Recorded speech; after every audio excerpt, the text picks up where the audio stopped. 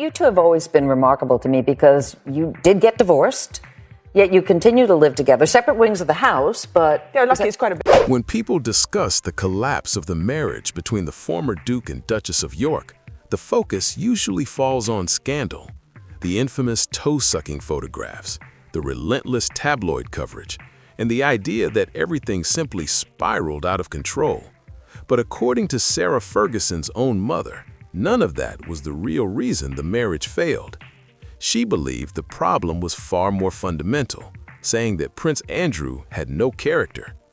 Years later, that blunt assessment resurfaced in Andrew Lowe's book, and when you truly sit with it, the weight of those words lands differently.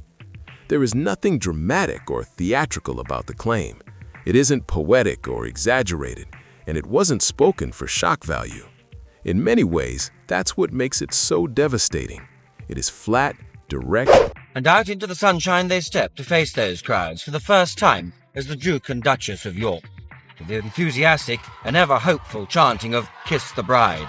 Britain was still riding a wave of goodwill toward Prince Andrew after the Falklands War. He was young, confident, and widely viewed as a genuine asset to the monarchy. Sarah, with her infectious laugh, openness, and refusal to behave like a fragile porcelain figure, felt relatable to many women watching from home. For a brief moment, it seemed the royal family had found something it desperately needed: warmth. But almost immediately, the practical realities of the marriage began to take their toll. Andrew remained an active naval officer, and his career kept him away for long stretches, sometimes for months at a time. Publicly, this absence was framed as noble service. Privately, it created a marriage that rarely functioned as a true partnership. Sarah was left to navigate royal life, public scrutiny, and motherhood largely on her own. Susan Barantes witnessed this up close. She wasn't observing from a distance, but watching her daughter's growing isolation, emotional strain, and the imbalance within the relationship.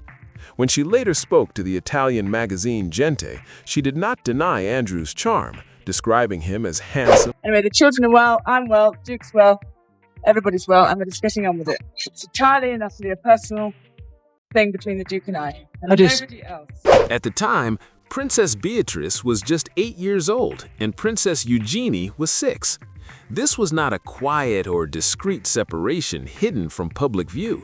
Fall from grace is finally complete, stripped of everything, from his titles to his home.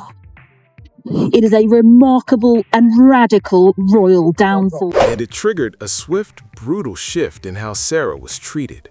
Almost overnight, she went from being one of the most popular members of the royal family to one of the least. Polls captured that reversal clearly. As Andrew Lowe notes, this period was marked by a series of leaks designed to discredit Sarah, and Susan Barantes firmly believed the blame was being redirected onto her daughter to protect the institution itself. At the same time, those leaks were not entirely fabricated. Much of the criticism centered on Sarah's own behavior, which was undeniably troubling.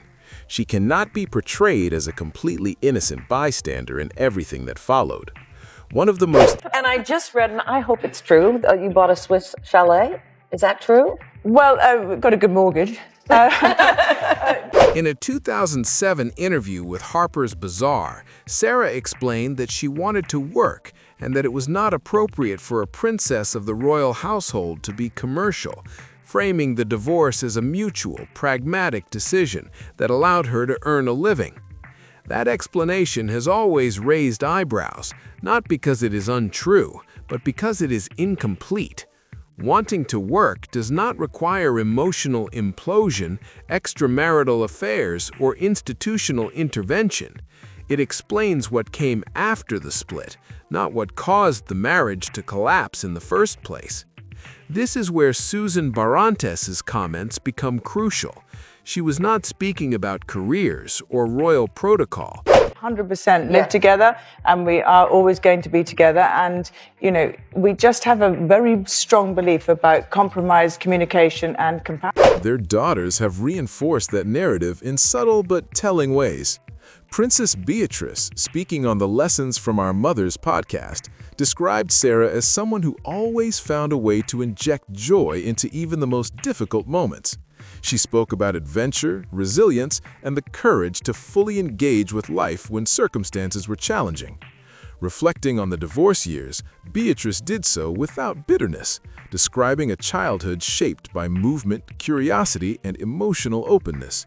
Much of her reflection centers on her mother, while Prince Andrew's role, by contrast, often feels more passive in these recollections, present but not anchoring, involved but not steady. And that brings us back to Susan Barantes and her blunt assessment. When she said Andrew lacked character, she was not accusing him of being evil or malicious. Those allegations would come much later. She was pointing instead to an absence, an inability to hold things together when pressure mounted. Today, as the former Duke